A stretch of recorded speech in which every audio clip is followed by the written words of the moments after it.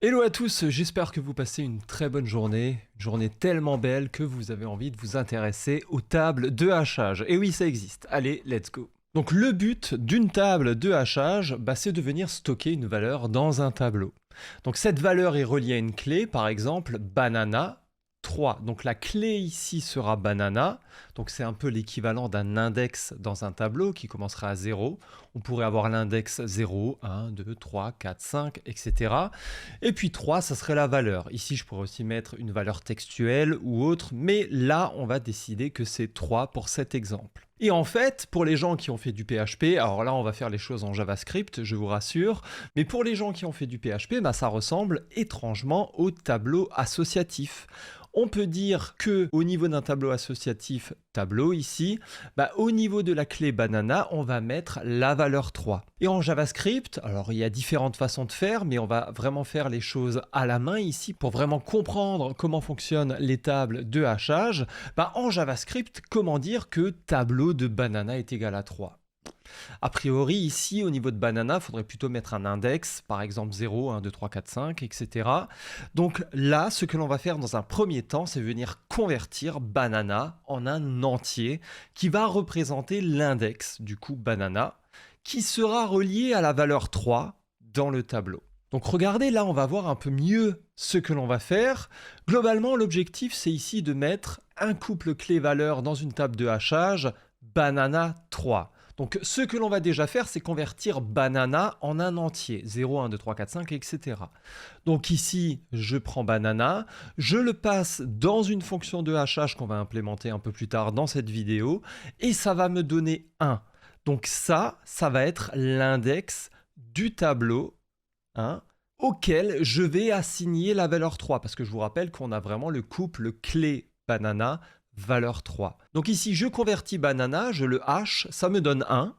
Et puis du coup, je dis tableau de 1 est égal à 3. Autre exemple, on pourrait avoir un couple clé-valeur. Cette fois-ci, la clé, c'est orange et la valeur, c'est 777.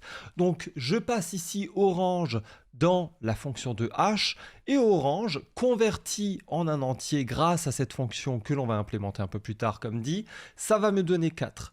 Donc ici, pour stocker 777, je pourrais faire tableau de 4 est égal à 777. Et globalement, dans une table de hachage, on va pouvoir mettre différents couples clés-valeurs. Donc on aura toujours par exemple des couples clés-valeurs ici.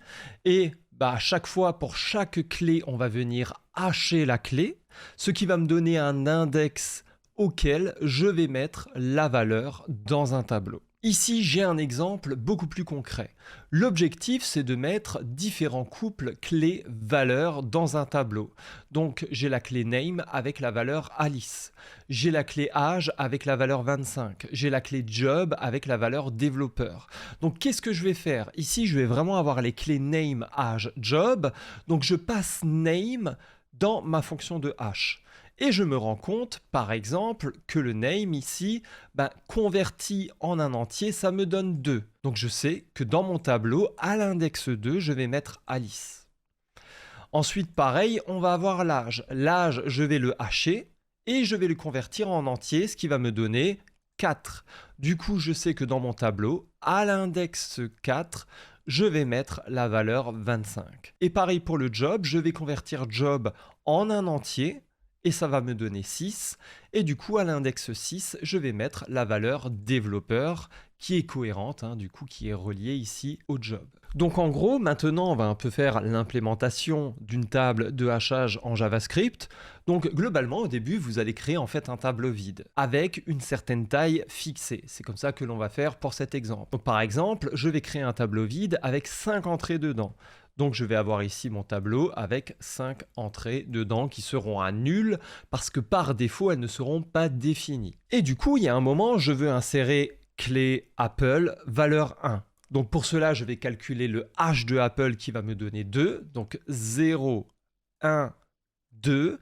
Et là-dedans, je vais mettre carrément en fait le couple clé-valeur directement dans le tableau et pas que la valeur. Au début, je disais la valeur un peu pour simplifier, mais on verra que quelque part mettre le couple clé valeur à l'emplacement de la clé. Alors voilà, c'est un peu technique, mais rassurez-vous, ça va être aisément compréhensible lorsque l'on va implémenter le tout. Mais du coup, ici, je sais qu'à 0, 1, 2, je mets le couple clé-valeur Apple 1 et c'est effectivement ça que je voulais placer ici dans mon tableau. Malheureusement, des fois, on a ce qu'on appelle des collisions. C'est-à-dire qu'ici, on sait que le H de Apple donne 2.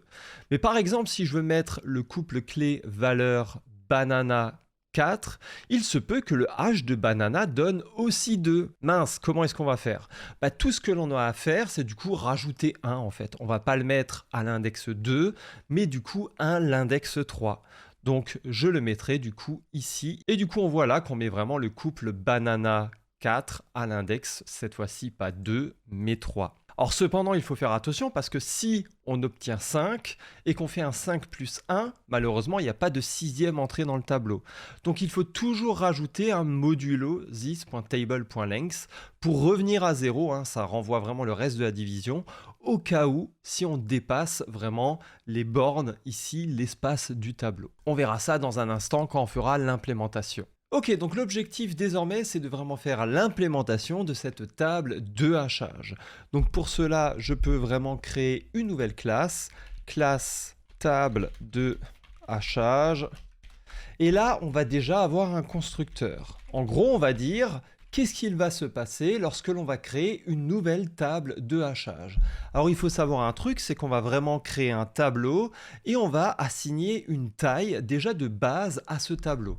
Alors par défaut, si je ne précise pas de taille, on va mettre la taille à 7. Et bien entendu, si l'utilisateur veut créer une table de hachage avec une taille différente, il pourra la préciser. Donc là, je fais un this.table, je crée un nouvel array d'une certaine taille. Et ensuite, j'aurai aussi besoin de me souvenir de combien d'éléments j'ai placés dans cette table de hachage. Donc pour cela, this.size est égal à 0. C'est le nombre d'éléments que j'ai placés dans la table.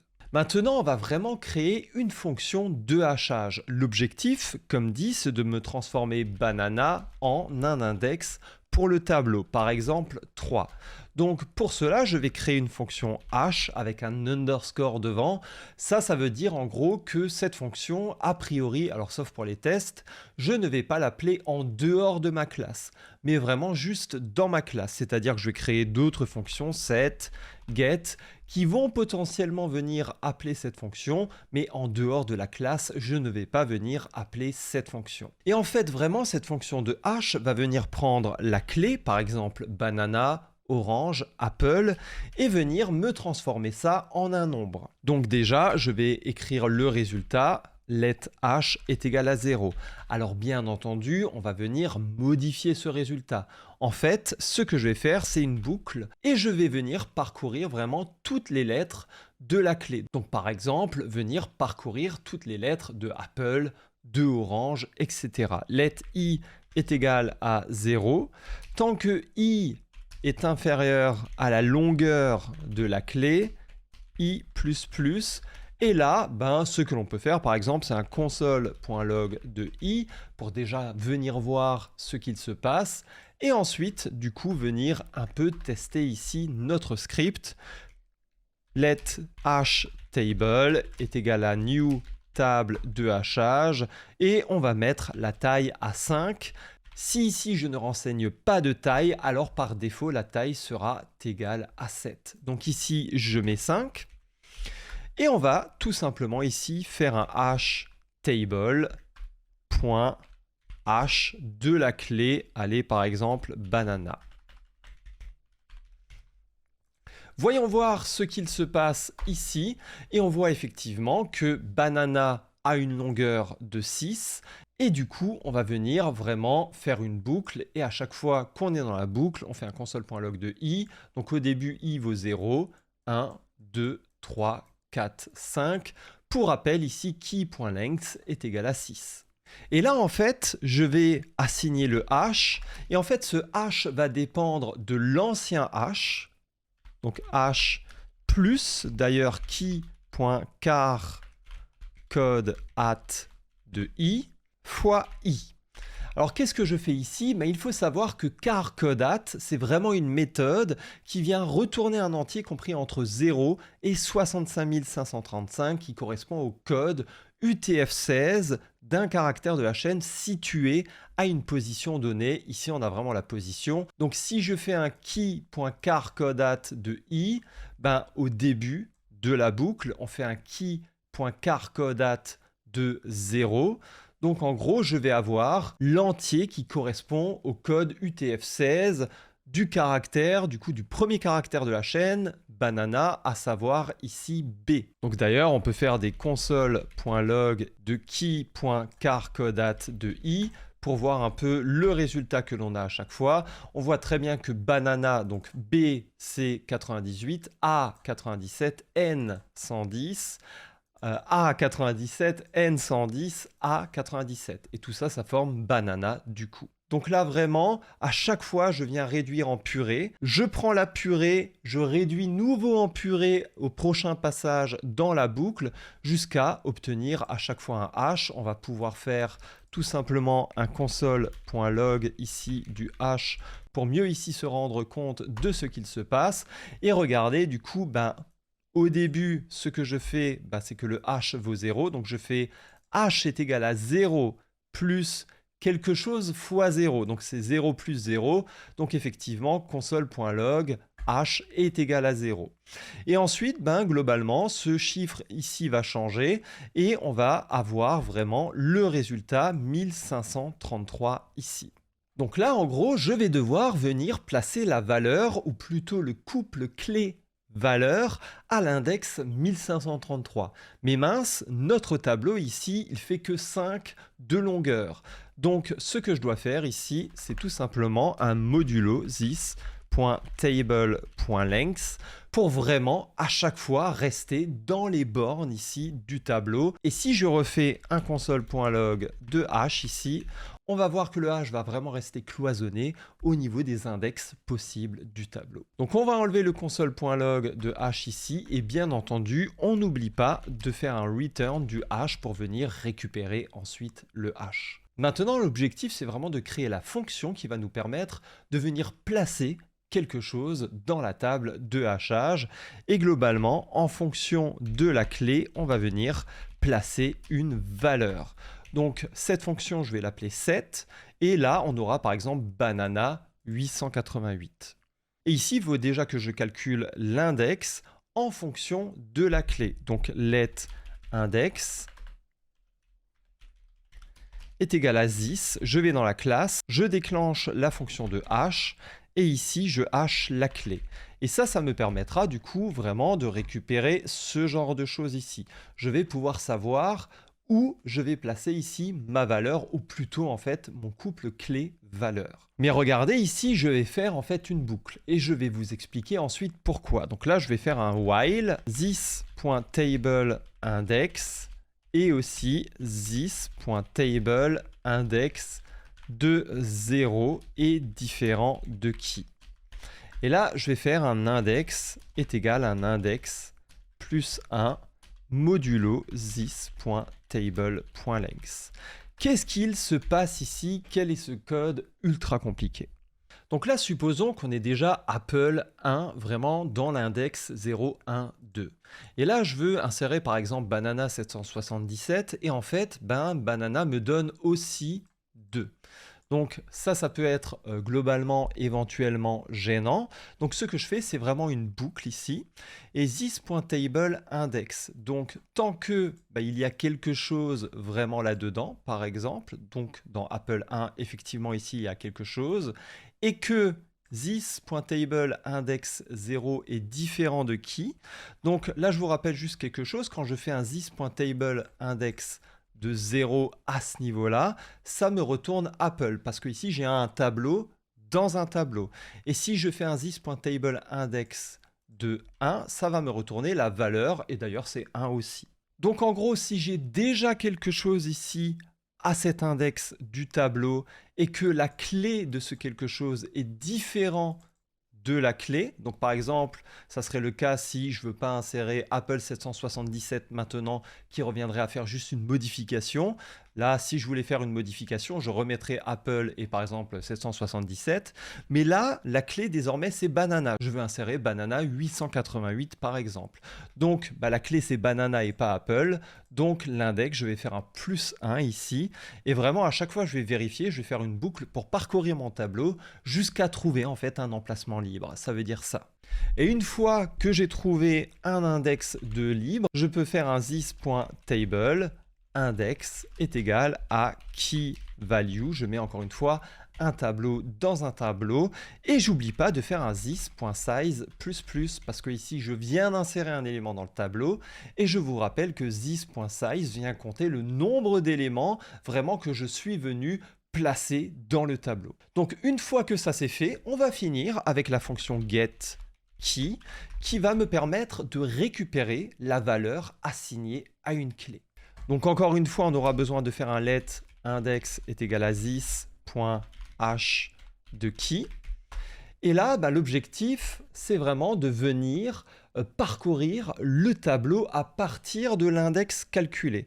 Parce qu'on n'aura pas forcément directement, vraiment, on ne va pas forcément tomber directement au bon endroit. Je vous rappelle que quand on fait un set, des fois l'espace est déjà occupé, on fait un +1. Quand on fait un get, il faut aussi prendre ça en considération. Donc là, on va venir vérifier qu'il y a une entrée effectivement à l'index actuel. Est-ce qu'il y a une entrée à l'index actuel? Et ici, si dans mon entrée, la clé est égale à la clé passée en paramètre de la fonction, je sais que c'est effectivement du coup ici ce que je recherche. Donc là, je viens retourner du coup par conséquent vraiment la valeur qui est reliée à cette clé. Donc là, voyez vraiment ça de la façon suivante. Donc là, j'ai vraiment fait le schéma ici. On doit récupérer ici la valeur de banana, soit 4. Donc je fais un get de la key. Donc un get de banana, ça doit me retourner 4. Donc le h de banana est égal à 2. Or, à l'index 2, il y a Apple de 1. Donc en fait, je fais une comparaison. Est-ce que banana est égal à Apple? Non. Donc je fais un index +1. Et je viens checker du coup vraiment la clé. Est-ce que banana est égal à banana? Oui. Donc je sais que je suis au bon endroit et du coup je retourne 4 ici. Et par conséquent ici vraiment dans mon get, si je ne suis pas tombé ici vraiment sur la bonne clé, je dois du coup faire un +1, index est égal à index +1, mais toujours en restant ici vraiment dans le cadre, dans les bornes de mon tableau. Et c'est pour ça que j'utilise vraiment un modulo ici. Et ensuite, si dans cette boucle, je n'ai pas trouvé ce que je recherche, je fais un return undefined. Et là, désormais, on va pouvoir un peu tester le tout. Je peux déjà tester ma fonction ici, htable.set, et ensuite faire un console.log de htable. Et ici, on va vraiment enlever le 5, et du coup, ça dira vraiment, finalement, on aura créé vraiment un tableau, une table de hachage de la taille 7 qui est la taille par défaut. Et on va lancer ici le script et on aura du coup le résultat suivant. Donc dans les deux premiers index ici du tableau, on n'a rien, puis name Alice, puis ensuite rien, puis h25. Donc ici, on a en effet 3 éléments dans le tableau. On n'a pas de valeur qui a été écrasée, etc. A priori, tout se passe bien. Donc ce que l'on peut faire maintenant, c'est aller de l'avant et faire des get, et on peut tout simplement faire tous ces get là. On peut faire un get de name, ce qui devrait nous donner Alice, un get de âge, ce qui devrait nous donner 25, un get de job, ce qui devrait nous donner développeur. En effet, ces 3 valeurs sont dans le tableau, mais si on fait un get de location, ça devrait nous donner undefined, puisque ici la key location n'existe pas dans la hash table. Et là, on voit en effet que c'est bien le cas, Alice, 25, développeur. N'hésitez pas vraiment à refaire ici les exercices. Et si vous avez aimé, n'hésitez pas à liker, commenter, partager, vous abonner, etc. Et on se retrouve très bientôt sur une prochaine vidéo sur les algos, sur les listes chaînées. Ciao, ciao.